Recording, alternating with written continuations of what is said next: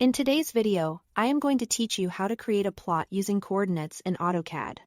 If you've got a list of survey points or site coordinates and want to turn them into an accurate outline, this workflow is fast, precise, and easy to repeat.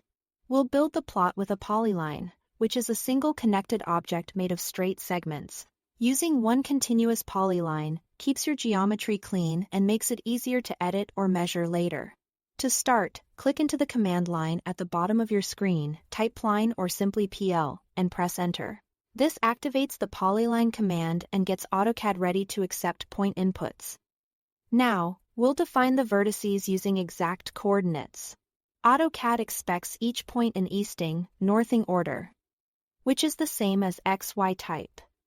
Your first point in the format X, Y with a comma between them.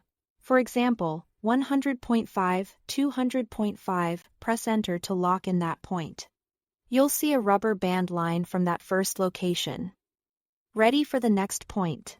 Continue entering each coordinate pair the same way, pressing enter after each one.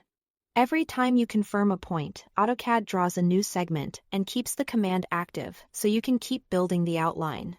If you have a lot of points, you don't have to type them one by one. You can paste a prepared list of XY values directly into the command line while the polyline command is active. The list should have each coordinate pair separated by a space or placed on its own line, and each pair must use a comma between X and Y.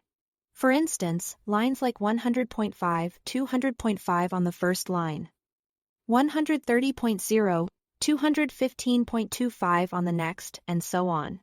After you paste, AutoCAD will process each pair in sequence and draw the full shape for you. This is especially helpful if your points come from a spreadsheet. Just format the cells to output XY with a comma and no extra text before pasting.